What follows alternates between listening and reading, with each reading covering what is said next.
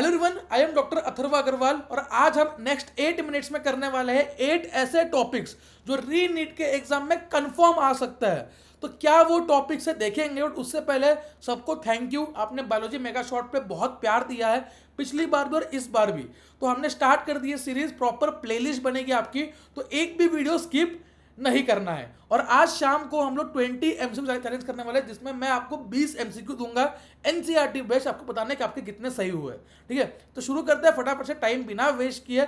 तो क्या क्या टॉपिक्स आपके ये होने वाले हैं। नंबर 1 टॉपिक है स्पर्म का स्ट्रक्चर। जो बेसिक स्पर्म स्ट्रक्चर है पता होना चाहिए हमारे पास, कि हमारे पास हेड होता है। ठीक है, ये हमारे पास हेड है, हेड में जेनेटिक मटेरियल होता है, बाहर इसके प्लाज्मा मेम्ब्रेन होती है, ये एक्रोजोम है, ये कैप लाइक स्ट्रक्चर जिसमें एंजाइम्स होता है जो फर्टिलाइजेशन में हेल्प करता है। ये हेड है जहाँ पे न्यूक्लियस है जो क्रोमोसोमल मटेरियल या जेनेटिक मटेरियल कंटेन करता है। ये नेक है और ये मिडल पीस है जहाँ पे माइटोकॉन्ड्रिया होता है फॉर एनर्जी सोर्स, एनर्जी के लिए जो स्विमिंग में लगती है, ये मिडल पीस में होता है। और टेल जो है इसका काम होता है मोटिलिटी प्रोवाइड करना। ठीक है, तो हेड, नेक, मिडल पीस, टेल। हेड में जेनेटिक मटेरियल, मिडल पीस में माइटोकॉन्ड्रिया जो एनर्जी प्रोवाइड करते हैं, टेल मोटिलिटी के लिए होती है। इसका एक एमसीक्यू आता है, एक इजैकुलेशन में कितने स्पर्म्स रिलीज होते हैं। तो एक इजैकुलेशन में अप्रोक्सीमेटली 200 से 300 मिलियन स्पर्म्स पर इजैकुलेट रिलीज होता है, जिसमें से अगर प्रॉपर फर्टिलाइजेशन होना है, प्रॉपर जायगोट बनाना है, तो 60% को नॉर्मल शेप एंड साइज में होना चाहिए and 40% of them should have normal motility. ये नीट में इस साल आ सकता है, डायरेक्ट फैक्ट बेस्ड सवाल। नेक्स्ट टॉपिक पे आता है स्पर्मेटोजेनेसिस। मैंने लास्ट टाइम भी कहा था आएगा, इस बार भी कह रहा हूं कि आने की हाई पॉसिबिलिटी है। तो स्पर्मेटोजेनेसिस क्या होता है? जो मेल जर्म सेल्स होते हैं, मेल जर्म सेल्स क्या होते हैं तुम्हारे, वो तुम्हारे डिवीजन करते हैं माइटोसिस, और मेल जर्म सेल्स बनाते हैं तुम्हारे मेल जर्म सेल्स स्पर्मेटोगोनियम होता है। शुरुआत स्पर्मेटोगोनियम से होगी। ठीक है, जो स्पर्मेटोगोनियन है, स्पर्मेटोगोनियम, ठीक है, ये 2n होगा।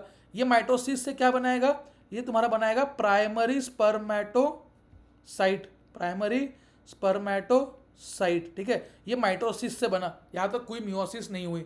उसके बाद मियोसिस 1 होती है। ठीक है, प्राइमरी स्पर्मेटोसाइट में पता है हमें मियोसिस 1 एक रिडक्शनल डिवीजन होता है, और 2n से nn बन जाता है सेकेंडरी स्पर्मेटोसाइट। तो पहला मियोसिस कब होता है? जब प्राइमरी स्पर्मेटोसाइट से सेकेंडरी स्पर्मेटोसाइट बनता है, तब मियोसिस 1 होगा। फिर मियोसिस 2 कब होगा? जो सेकेंडरी स्पर्मेटोसाइट है, इसके बाद सब कुछ एन होगा। ठीक है, एक बार पहला मियोसिस हो गया तो रिडक्शनल डिवीजन हो चुका है। ठीक है, तो मतलब इसके बाद सारे तुम्हारे एन होने वाले होंगे। सेकेंडरी स्पर्मेटोसाइट एन एन है, मियोसिस 2 हुआ तो 4 स्पर्मेटिड बने, ये तुम्हारी सेकेंड मियोसिस है, सारे हैप्लॉइड। अब स्पर्मेटिड में कुछ स्ट्रक्चरल चेंजेस होंगे और ये स्पर्म का फॉर्म ले लेंगे। तो जो भी स्ट्रक्चरल चेंजेस होता है उसको कहता है स्पर्मियोजेनेसिस। स्पर्मेटिड्स है, स्पर्मेटिड्स भी हैप्लॉइड थे और तुम्हारा स्पर्म्स भी हैप्लॉइड है, बस यहाँ पे डिफरेंशिएशन हुआ, मैचुरेशन हुआ। तो स्पर्म से स्पर्म, जब स्पर्म से स्पर्मेटिड से स्पर्म्स बनता है, या इसको हम लोग स्पर्मेटोजोआ भी कह सकते हैं। ठीक है, एक ही चीज होती है, स्पर्म्स या स्पर्मेटोजोआ एक ही चीज होती है, उसको हम कहते हैं स्पर्मियोजेनेसिस। नीट का एमसीक्यू है। स्पर्मियोजेनेसिस मतलब स्पर्मेटिड से स्पर्म बनना, स्पर्मिएशन मतलब release of sperms into seminiferous tubule, release of sperms, इसको हम कहते हैं स्पर्मिएशन। तो ये जो स्पर्म्स बने जब ये रिलीज होंगे तो उसको हम कहेंगे स्पर्मिएशन। तो क्या प्रोसेस है? स्पर्मेटोगोनियम थे जो मेल जर्म सेल्स थे, उनसे माइटोसिस से उनमें कुछ मॉडिफिकेशन हुए, ग्रोथ हुई उनकी, और बने प्राइमरी स्पर्मेटोसाइट। ठीक है, ये प्राइमरी स्पर्मेटोसाइट डिप्लॉइड थे, इनमें हुआ पहला मियोसिस, बना सेकेंडरी स्पर्मेटोसाइट जो हैप्लॉइड थे। उसके बाद उनमें हुआ मियोसिस 2, तब बने स्पर्मेटिड, ये सारे हैप्लॉइड थे। और स्पर्मेटिड में जब डिफरेंशिएशन हुआ, स्ट्रक्चरल चेंजेस हुए, तब बना तुम्हारा स्पर्म्स या स्पर्मेटोजोआ, इसको कहते हैं स्पर्मियोजेनेसिस। और जब ये स्पर्म रिलीज हुए सेमिनिफरस ट्यूब्यूल में, तो उसको हम लोग कहते हैं स्पर्मिएशन। ठीक है, कंफ्यूज नहीं होना। स्पर्मेटोजेनेसिस मतलब स्पर्मेटोगोनियम से स्पर्म बनना, स्पर्मियोजेनेसिस मतलब स्पर्मेटिड से स्पर्म बनना, और स्पर्मिएशन मतलब रिलीज होना। ठीक है, सर्टोली सेल्स क्या होता है? ये न्यूट्रिशन प्रोवाइड करता है। ठीक है, और लेडिक सेल्स जो है ये एंड्रोजन्स या टेस्टोस्टेरोन रिलीज करता है। ये क्वेश्चन पूछ सकते हैं। डन। चलो अब आता है oogenesis पे। तो oogenesis भी वैसे ही होता है, लेकिन वहां पे 4 स्पर्म बन रहे थे, यहाँ पे एक ही प्रॉपर ओवम बनता है।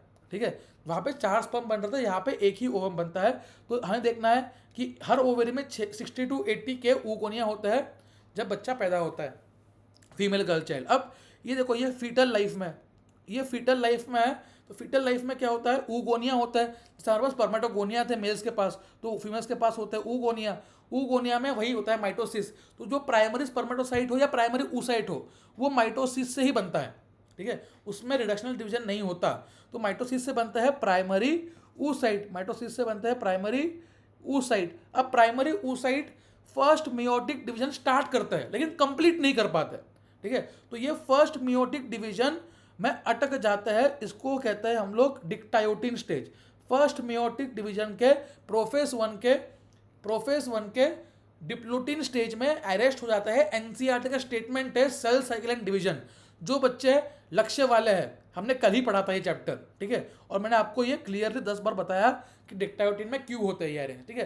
तो प्राइमरी oocyte जो है ये अरेस्ट हो जाता है इन सम वर्टिब्रेट्स इन डिप्लोटिन स्टेज, ठीक है, और उसको कहते हैं डिक्टायोटिन स्टेज। तो बर्थ से पहले ही, ठीक है, बच्चा पैदा होने से पहले, बर्थ से पहले ही ये primary oocyte first meiotic division start कर देते हैं लेकिन कंप्लीट नहीं कर पाते, ये डिक्टायोटिन स्टेज में अटक जाते हैं। फिर बच्चे का बर्थ होगा तो वो उसी स्टेज में रहेंगे।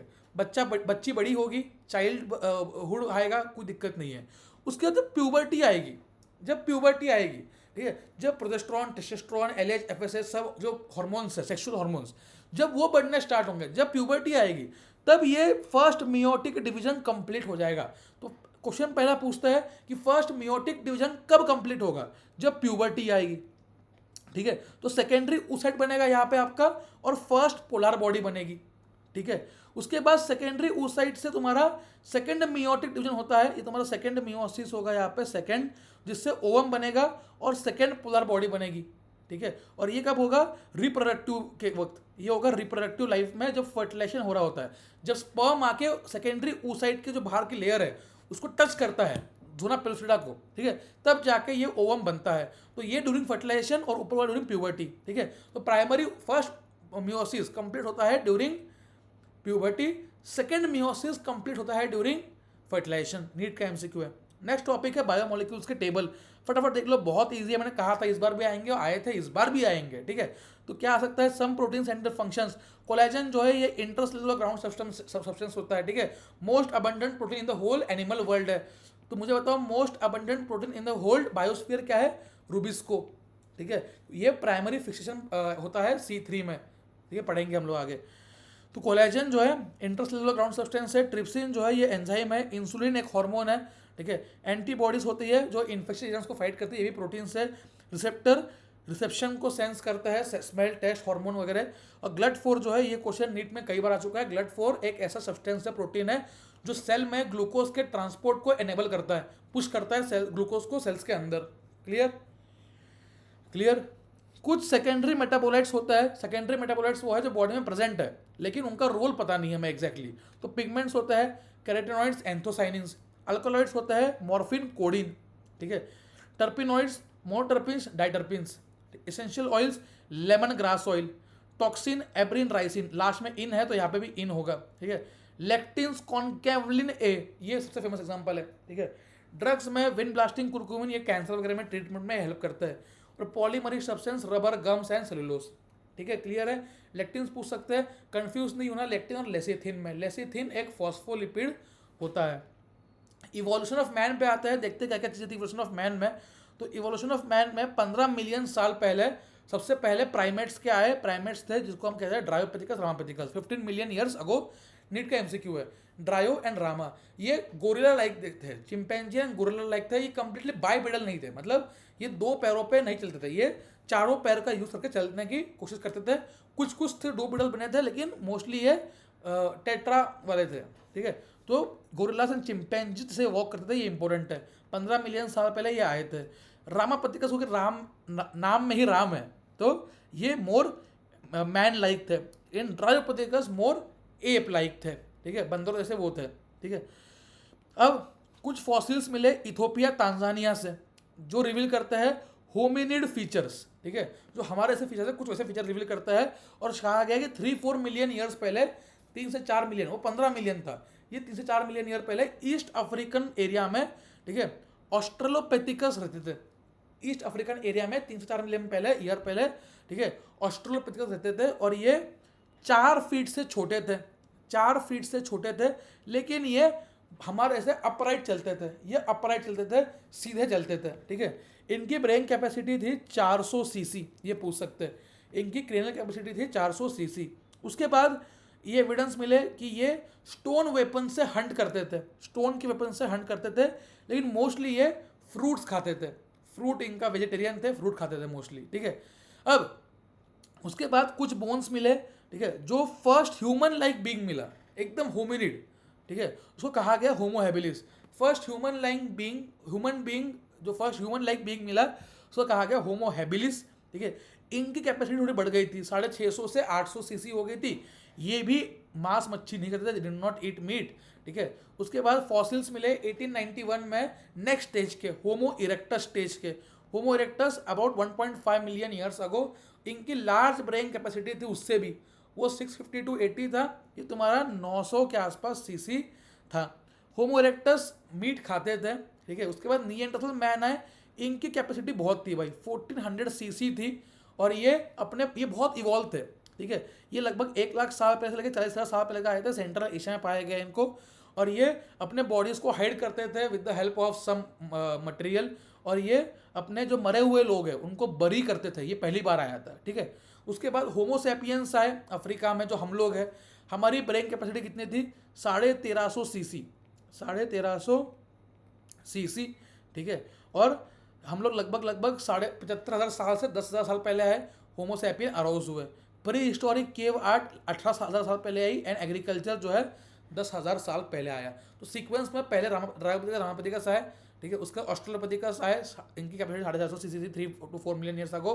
4 फीट से कम इनकी हाइट थी, और ये अपराइट वॉक करते थे। उसके बाद होमो हैबिलिस आए, 650 to 800 सीसी हाइट थी, और ये भी वेस्ट थे, ये पूरा मीट नहीं खाते थे। ये फर्स्ट ह्यूमन लाइक बीइंग था। फिर इरेक्टस आए, होमो इरेक्टस जो है तुम्हारा 900 सीसी होता है, और ये मीट खाते थे, ठीक है। निएंडरथल मैन जो है 1400 सीसी होता है, और ये अपने बॉडी को कवर करके अपने डेड को बरी करते थे। फिर होमोसेपियंस आए 75,000 to 10,000 ईयर्स बैक, और ये आइस एज में आए, और ये इंपॉर्टेंट है, ठीक है। और इन्होंने prehistoric cave art agriculture start किया, ठीक है। उसके बाद प्रोफेस 1 पे आते हैं, प्रोफेस 1 पे आते हैं। मैंने कल ही पढ़ाया था, 100% क्वेश्चन लग रहा है मुझे इस बार, 100% क्वेश्चन लग रहा है प्रोफेस का, तो जो बच्चे हैं ऐसे छोड़ना मत प्लीज़। तो प्रोफेस 1 में लेप्टोटीन में क्या होता है? कॉम्पैक्शन ऑफ क्रोमोसोम होता है। जो क्रोमेटिन मटेरियल था वो प्रॉपर अब क्रोमोसोम का शेप ले लेता है, मैंने प्रॉपर एक्सप्लेन किया हुआ है, आप मुझे बताओ अब, ठीक है। सेकंड, जाइगोटीन होता है पेयर, जाइगोटीन में पेयरिंग होता है, सिनेप्सिस होता है, टेट्रावेलेंट टेट्राड बनता है, बायोलेंट बनता है, सिनेप्टोनीमल कॉम्प्लेक्स बनता है बिटवीन होमोलोगस क्रोमोसोम्स। फिर होता है पकाइटिन, पकाइटिन में जो टेट्राड थे यहाँ के वो क्लियरली विजिबल हो जाता है। रिकॉम्बिनेशन या क्रॉसिंग ओवर होता है between non sister chromatid of homologous chromosome. ये दोनों होमोलोगस क्रोमोसोम्स है, तो इनकी इसका ये वाला क्रोमैटिड और इसका ये वाला क्रोमैटिड, तो नॉन सिस्टर के बीच में होता है क्रॉसिंग ओवर, ये मैंने पढ़ाया था, ठीक है, ऑफ होमोलोगस क्रोमोसोम। और वहाँ पे रिकॉम्बिनेशन नोडुल बनता है और रिकॉम्बिनेस एंजाइम यूज होता है। उसके बाद होता है डिप्लोटीन स्टेज। डिप्लोटीन में जो कॉम्प्लेक्स बनाता है यहाँ पे सिनेप्टोनीमल कॉम्प्लेक्स, वो डिसॉल्व हो जाता है, ठीक है। अब क्वेश्चन आपके लिए है जो, हाँ ठीक है पढ़ते हैं पहले, ये जो कॉम्प्लेक्स डिसॉल्व हो जाएगा, एग शेप कायस्मेटा बनता है, मैंने एक्सप्लेन किया था, ऐसा कायस्मेटा शेप का स्ट्रक्चर बनता है। एंड अभी जो बताया था, in onset of some vertebrates is last for month और ईयर्स टिल प्यूबर्टी, ठीक है। फिर डायकेंसिस में क्या होता है, जो यह कायस्मेटा बना था वो निकल जाएगा, और जो बाकी सब स्ट्रक्चर्स थे पूरा न्यूक्लियस खाली हो जाएगा फॉर क्रोमोसोमल सेपरेशन, तो न्यूक्लियर एनवेलप डिसेपर हो जाएगा। क्वेश्चन आपसे यह है, जो होमोलोगस क्रोमोसोम यहाँ पे साथ में आए थे, जो बाइवेलेंट बना था, ठीक है, वो सेपरेट कब होते हैं, किस फेज में, ठीक है। आपके पास ऑप्शन है anaphase 1, anaphase 2, anaphase of mitosis, metaphase 1, metaphase 2, क्या होगा, ठीक है, फटाफट से बताओ। फिर आता है एंडोमेम्ब्रेन सिस्टम पे। एंडोमेम्ब्रेन सिस्टम मतलब ऐसा सिस्टम जो 4 ऑर्गेनेल्स है वो साथ में वर्क करते हैं इन अ प्रॉपर कोऑर्डिनेटेड फैशन। ये सारे तुम्हारे नॉन मेम्ब्रेन बाउंड होते हैं। पहला इसके अंदर है नॉन मेम्ब्रेन बोल रहा हूँ, सिंगल मेम्ब्रेन बाउंड होता है, ठीक है, सिंगल मेम्ब्रेन बाउंड होता है, इनके बाहर एक ही मेम्ब्रेन होता है। एंडोप्लाज्मिक रेटिकुलम जो है RER पार्ट होता है, SER पार्ट होता है। RER न्यूक्लियस के पास होता है, इसका राइबोसोम्स होते हैं ATS टाइप, और ये प्रोटीन्स बनाता है। SER लिपिड्स और स्टेरॉइड्स बनाता है, इनके पास राइबोसोम्स नहीं होते, इसको कहते हैं स्मूथ और इसको कहते हैं रफ। ठीक है। फिर गोल्जी एपरेटस को हम लोग डिक्टायोसोम्स भी कहते हैं प्लांट के अंदर। इनमें होता है flat disc like structure called as, comment करो, मैंने बताया है, ठीक है, क्रिस्टे नहीं, क्या बताओ, ठीक है। यहाँ पे होता है पैकेजिंग एंड मॉडिफिकेशन, ठीक है, यहाँ पे होता है पैकेजिंग मॉडिफिकेशन, तो जो प्रोटीन बने थे वो बन जाएंगे ग्लाइकोप्रोटीन, जो लिपिड बने थे वो बन जाएंगे ग्लाइकोलिपिड। फिर है वैक्यूल्स। वैक्यूल्स में प्लांट में होता है 90% एरिया ऑक्यूपाई करता है, और इसके मेम्ब्रेन को हम लोग कहते हैं टोनोप्लास्ट, ये भी सिलेक्टिवली परमेबल होती है, और इसके अंदर mostly water, excretory product, SAP वगैरह जो काम का नहीं है वो छोड़ता है, 90% वॉल्यूम एक्यूमुलेट करता है। मुझे कॉम्पोनेंट मैंने बताया था कॉन्ट्रैक्टाइल वैक्यूल्स। कॉन्ट्रैक्टाइल वैक्यूल्स किस में पाए जाते हैं, नीट का क्वेश्चन है, ठीक है, बताओ। फिर लाइजोसोम्स पे आता है, इनको हम लोग कहते हैं सुसाइडल बैग्स, ठीक है, ये बनते हैं during formation of Golgi complex में बनते हैं प्रोसेस के वक्त, और ये हाइड्रोलाइटिक एंजाइम कंटेन करते हैं, एग्जांपल हाइड्रोलिसिस लाइक कार्बोहाइड्रेसिस, प्रोटीएसेस, ये सब, ठीक है, लाइपेसेस, और ये एक्टिव होते हैं एसिडिक पीएच पे। लास्ट टॉपिक है बाइनोमियल नोमेनक्लेचर। देखते हैं, बाइनोमियल नोमेनक्लेचर डिस्कवर किया था कैरोलस लिनियस ने, ठीक है, इसको कहते हैं साइंटिफिक नेमिंग का प्रोसेस, ठीक है। और मैंगजीफेरा इंडिका इसका एग्जांपल है। मैंगो कैसे नेमिंग करते देखते हैं। रूल्स क्या क्या है इसके। पहला रूल ये है कि ये सब जो है वो लैटिन लैंग्वेज से लिए गए हैं, क्योंकि वो एक डेड लैंग्वेज थी, ठीक है। लगभग 1.7 मिलियन स्पीसीज में अभी नोन है, ठीक है। रॉबर्ट मे का एस्टिमेट है कि 7 मिलियन स्पीसीज टोटल आपकी पता है। रूल्स क्या है, लैटिन में है, और ये इटालिक्स में लिखते हैं हम लोग, ठीक है। पहला जो जीनस है ये कैपिटल होता है, इसका ये पहला वर्ड जो है ये जीनस है। सेकेंड वर्ड जो है ये स्पेसिफिक एपिथेट है, ये स्पीसीज का नेम है, ठीक है। तो जो जीनस है इसका फर्स्ट लेटर हमेशा कैपिटल होगा, जो स्पीसीज है स्पेसिफिक एपिथेट है उसका फर्स्ट लेटर हमेशा स्मॉल होगा, ठीक है। तो मैंजीफेरा इंडिका इसका नाम है, ये रूल पहला number 1। Number 2, first word genus, second में पता देख लिया। अब जब इसको हम लोग इसको अलग अलग लिखना होता है, व्हेन हैंड रिटन, मैंने इसको हाथ से लिखा है तो मैंने इसको अंडरलाइन किया सेपरेटली, बहुत important. When hand written underlined separately, clear है, क्लियर, ठीक है। और ये लैटिन लैंग्वेज से लिए गए हैं, और जब प्रिंट करता है तो इटालिक्स में प्रिंट करता है, ठीक है। ये 4 रूल्स पता होने चाहिए, इससे मार्क कर लोगे कौन सा सही है कौन सा गलत है। और कई बार इसके बाद में साइंटिस्ट का नाम भी हम लोग एब्रीवेटेड फॉर्म में लगा देते हैं, जैसे कि लिनियस को हम लोग लिन लिख देते हैं, ठीक है। एब्रीवेटेड फॉर्म में हम लोग साइंटिस्ट का नाम भी लगा सकते हैं टू शो किसने डिस्कवर किया था, रिस्पेक्ट के लिए, ठीक है। तो ये आपका पूरा साइंटिफिक नेमिंग वाला पार्ट हो गया। तो बताना कैसा लगा लेक्चर आपका। शाम को वीडियो आएगी 20 MCQ उसकी, वो भी कर लेना। कोई भी डाउट हो पूछ सकते हो, प्लेलिस्ट बना दूंगा मैं अभी। All the best, bye bye, see या।